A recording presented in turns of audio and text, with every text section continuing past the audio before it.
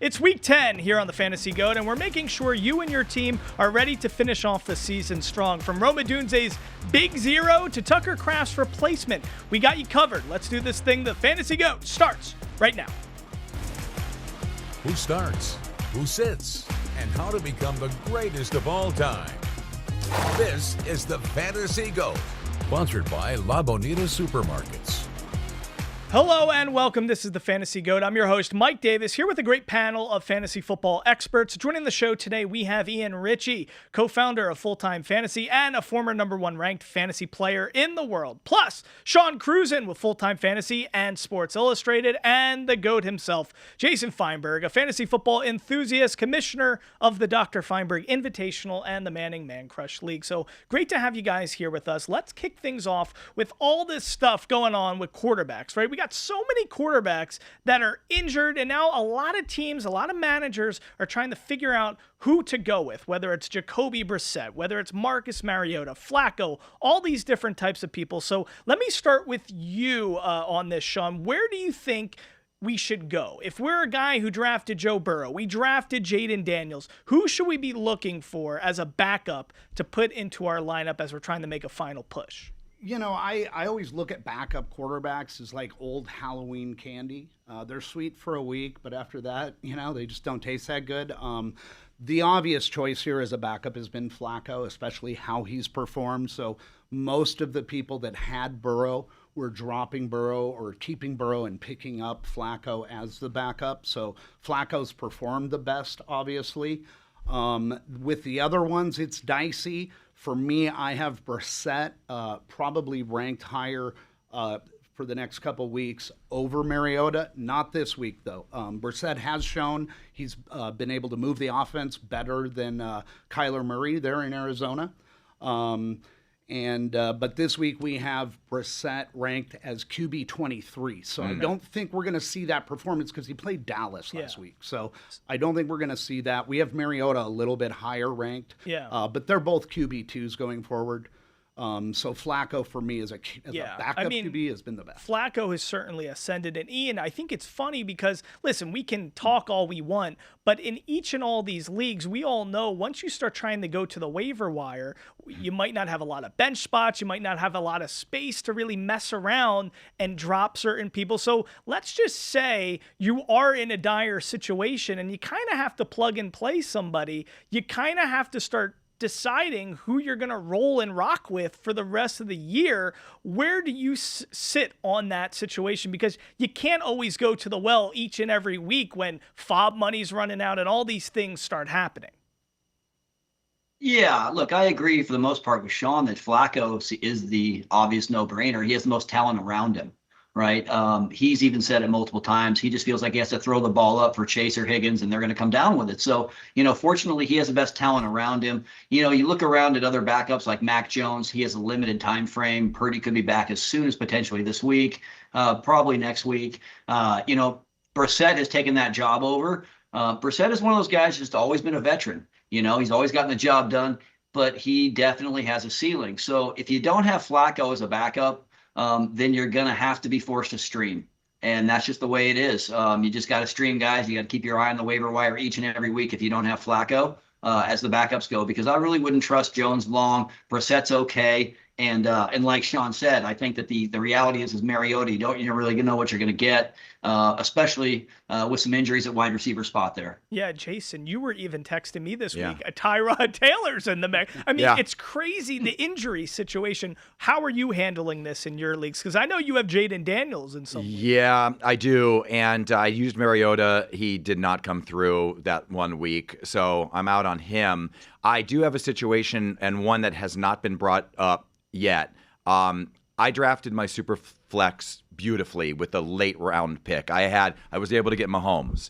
Then I came back around. I got CJ Stroud. Wow. Basically what I'm saying is not every round, but and I got Aaron Rodgers. Okay, so all had different buys. I'm like, I'm solid. I am good to go. Right. The 1 week I need CJ Stroud because he's my bye week replacement. Yeah. He goes down, and now I bid a lot of FOB money on Davis Mills. Wow. Yeah, so of course he did pretty well when he had to come in last week. Obviously, people have tape on him now. They have tape on him from last year, and they can scheme for him. Yeah. But I'm putting all my chips in on him. This is a league where I'm 4-5.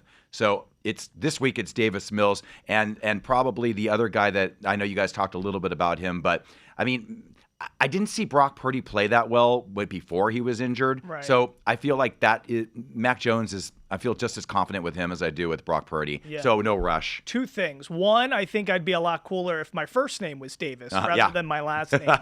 Second thing is, I think like Ian said, which is really smart, I think the best way to handle this situation is you got to look around surrounding talent. Right? Yeah. That's the way to look at this. Hopefully a Davis Mills with Nico Collins, having some star wide receivers should help these guys a little better. With the Garrett Wilson out, Tyrod Taylor doesn't have a lot to do, you know? So I think that's the best way to look at this stuff. All right, guys, next up, we're talking about something very interesting. There's a lot of running backs we thought were going to be on the move in the trade deadline, and a lot of things didn't happen. We're going to be talking about some of these backfields and how we should handle it with what happened and what didn't happen. You're watching the Fantasy Go, sponsored by La Bonita Supermarkets.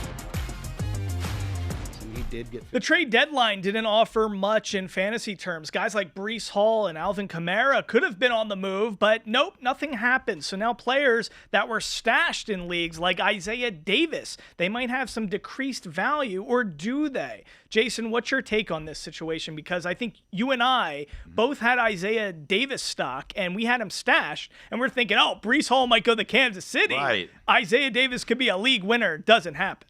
Yeah, now Breece Hall has to play Cleveland, so that's going to, his first game where he's, he knows he is solidified in New York doesn't. He's the only thing solidified. The rest of the team is depleted now, so you can't assume he's going to have a great year now. No, and who knows how much motivation New York has now.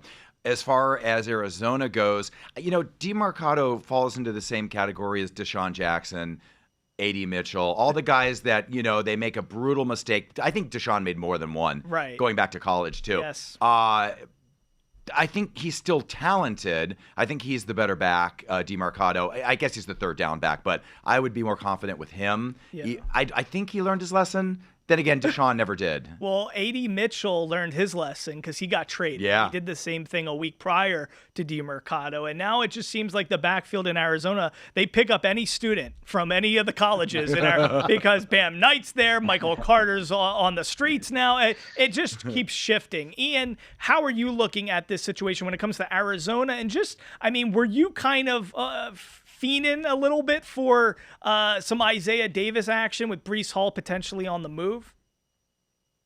Well, the Breece Hall on the move, I thought that was actually going to happen as well. And I thought Isaiah Davis had some value for that. I also thought Keaton Mitchell was going to have some value if the Ravens decided they weren't going to make the playoffs and were going to trade Derrick Henry. Right. So I thought there was an outside chance of that potentially happening. I thought that Kamara could potentially get traded, although he said he would rather have a drink on the beach than be traded to go somewhere else. So his no trade clause kind of kicked in there. But, I actually thought there was two sleeper picks that I thought potentially could get traded. I thought Nick Chubb had a chance to be traded. I thought Woody Marks has taken that job. He's on a 1-year deal, so you don't really have a lot of risk there. So I thought that there would be a team that would want a veteran running back come in and take that. He like I said, he's 29 years old on a 1-year deal. And the other one is Chuba Hubbard. I mean, he signed a long-term deal. He's 27 years old. Rico Dowdle has come in and has taken that job over, and it's not even close at this point. And so Chuba's locked in for a few years. I thought he might get traded, and that didn't happen. So, there was really a quiet time for the running backs, and loading up on the backups did not pay for themselves this year. Yeah, it really is fascinating how much did not happen. Lastly, Sean, what about you? Maybe first start with the Bam Knight and DeMarcado stuff. If you had either of them, who would you be leaning more on until Trey Benson's back? It's I look at DeMarcado and Bam Knight kind of like side dishes at the Thanksgiving table. I mean, they're more like the casserole and the stuffing. we're all waiting for the main course, Trey Benson, to get back. For me going forward, it's a straight up split backfield. The numbers showed that last week. DeMarcado had 14 carries for 79 yards. Knight had 9 carries for 27 and 2 receptions. So I'm staying away from that backfield this week. I'm actually going to start either one of the New York running backs over DeMarcado or Knight this week. Even Isaiah, okay. Yeah. Okay. I'm talking the other. Oh, the other New York. Yes. Gotcha. All right. But at full time, we've got DeMarcado ranked as a desperation flex this week, down at 45. Knight is a little ranked higher at 33. So they're both kind of in that flex zone, more of a desperation tight end dependent flex. All right, a lot of great information here, guys. Stick with us because coming up after a short break, we got more Fantasy Go. All right, welcome back to the Fantasy Go. This week, our Commissioner's Choice of the Week award goes to Las Vegas's own Ashton Genty with the silver and black. The running back goes for 60 yards and a touchdown, getting the highest scoring performance of all fantasy players with 15.3 fantasy points. And now for the Commissioner's Choice of the Week from La Bonita, let's go shopping. Mike Davis here at La Bonita. Listen, to me, I like my food on the go. And, La Bonita, it's not only meat and produce, they also have this taqueria here where you can get fresh, hot food fast on the go. Armando's here. Armando, so much good stuff to check out. You know me, I like chicken, I like beef. What are some of the classics I got to enjoy? So on this line, you'll find, this is guisados. They're like stews. It's meat cooked in salsa, and we serve them with rice and beans. Very traditional Mexican food. I know you're a beef guy, so I'm gonna put together this beef and red salsa we make here with potatoes. Yeah, I think you're gonna love it. La Bonita, it's perfect because you can come here, get your produce, get your fresh meat, get all the things you need for your entire family. But sometimes on the go after work, you just want some quick food that you can enjoy for dinner, and this is the way to go. You see Armando putting together, you get some beans, you get some rice, and there's that meat and red sauce. This is a beef and red salsa we make. It's really good. I think you're gonna like it. Got some potatoes in there. Take a look at that. That's beautiful. All to go, and there's so many things here that you can choose from. Chicken, beef, you get your fresh tortillas, and boom, you're on your way out the door, ready to go. You're gonna enjoy it. That's dinner made easy, ladies and gentlemen. Make sure you come here. La Bonita, 7 locations, 8 on the way. And while you're watching football, enjoying your fantasy team, you can always use Uber Eats to get your La Bonita. You're watching the Fantasy Go, sponsored by La Bonita Supermarkets. All right, welcome back. Thanks for joining us here on the GOAT. Mike Davis with you. So let's talk about this. The big zero Odunze put out last week in fantasy. This is a shocking thing as the guy has been a stud all season long. Plus, Chicago exploded on offense with 47 points. So how in a game where Caleb is tossing for almost 300 yards and 3 TDs did Rome get 0 catches? Ian, now the latest on this issue is his dad is on social media complaining about it. So tell us what your take is on this, because you always have such a brilliant approach to this stuff. We can't get too high or low from one big zero, correct? It's the recency bias is real, right? And you get burned by it. You don't want to do it again. This week, we have him ranked 9th overall. We have him for a good game this week. Sometimes, and I'll give you an example. This last week in the Cincinnati game, Chase didn't get any touchdowns. Same game, they put up a ton of points. You just assume in these games where people are putting up a lot of points that everybody should. The problem is when they're putting up that many points, the defense is that bad. It's just too easy to go to anybody they want to. And sometimes that stings guys. Loveland obviously took a lot of targets away from Odunze. I feel pretty good about him moving forward. I don't want to be emotional, but everybody took some zeros on that last week, and I think there will be some recency bias, and people will mistakenly put him on their bench this week, and I would caution against doing that. Wow. Okay, that's good advice there. Real quick, let me stay with you before I go to Jason and Sean here, because you are a Seattle guy. What do you think about Rashid Shaheed? There's a lot we were talking about with the running backs who didn't get traded, but Shaheed goes from New Orleans now to Seattle, a team that's been exploding on offense. People are already calling them the Legion of Zoom. So now you pair Rashid Shaheed with a hot Darnold and a hot JSN. What do you think about people who already had stock in Shaheed? Oh, I think his stock skyrockets now. He's in a much better system for himself. There was a lot of competition for him, which has drove the price up. The Seahawks paid a 4th and a 5th rounder, which I was surprised about. I thought they'd only give up 1 pick. They gave up a 4th and a 5th. For context, Jacoby Myers went for a 4th and a 6th. Right. And Jacoby has been a very productive receiver. So I think the competition speaks volumes. I think secondarily, I think having Clint Kubiak reunited with him, he was the former offensive coordinator in New Orleans, and just loved him. They threw a lot of deep balls to him. It opens up a lot of stuff. It did for Olave, and they feel like it'll do the same for Jackson Smith and Jigba. So I really think this is a great job by the Seahawks, by Seattle. I think that Kubiak really, really wanted him badly to open this offense up, and they went and got their guy. Okay, yeah, that makes a lot of sense. Jason, where do you stand on the Shaheed stuff? And tell us a little bit about Odunze as well.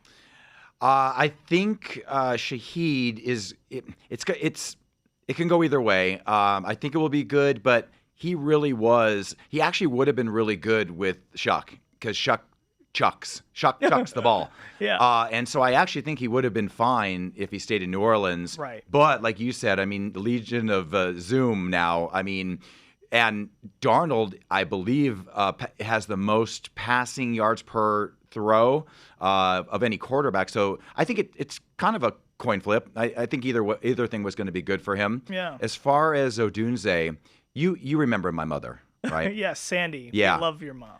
There was 2 words that worked when it came to my brother and my mom. I'm telling. I used now, even though you get shunned, it's shunned. It worked, okay? I usually got my way when I told my mom I'm telling on my brother. Right. That is what Odunze's dad is doing. Yes, it is shunned.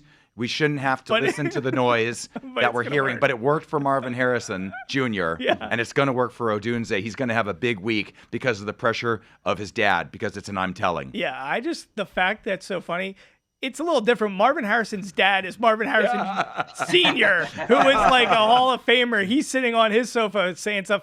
I don't know what James Odunze does for a living. He might sell tile. I have no clue what he knows about, but it's funny.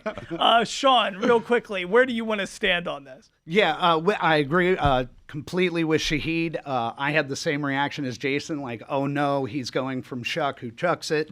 But I do like him. He's under Kubiak, who was his former OC, so they went out and got who they wanted. And then when I look at Odunze, I'm with Ian. Recency bias with fantasy. We always overreact, just like his dad did. Don't overreact this week. You're still going to start Odunze going forward, even in high-stakes leagues. He's performed at wide receiver number 22 this year. And last week he played against a Cincinnati defense that plays primarily zone. This week, New York, he's going up against a man-based defense, and he does very well against man coverage. So I think Odunze still is in your starting lineup, and unless you're in a very thin league, maybe a 10-player league, you're going to set him and forget him still in the high-stakes leagues for sure. Yeah, within 4 teams on bye also. Yes, Yeah. absolutely. Yeah, 1,000%. All right, guys, coming up next, we got more injury stuff to work through. Yes, Tucker Kraft. He was killing it for all you guys that had him as a tight end. Now we're going to be talking about his replacement and whether he's a good buy.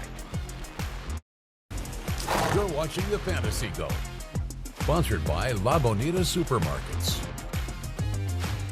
This one stings. Tucker Kraft. I had him in a couple leagues. He's been balling out. Every time he's on TV, you get to see Jordan Love treating him like he's his favorite target. You see his family back in North Dakota celebrating. It's just a wholesome affair, but now he's out for the year with the season-ending torn ACL. So it's putting a lot of fantasy managers like me in a bind. And now Luke Musgrave is the guy stepping up as the backup in that role. Jason, do you have any Tucker Kraft? And how much are you going to rely upon Musgrave? Because there's always depth at the waiver wire when it comes to tight ends. So would you rather have a Jawan Johnson? Would you rather have a Theo Johnson? Or would you rather try to see what Musgrave can do?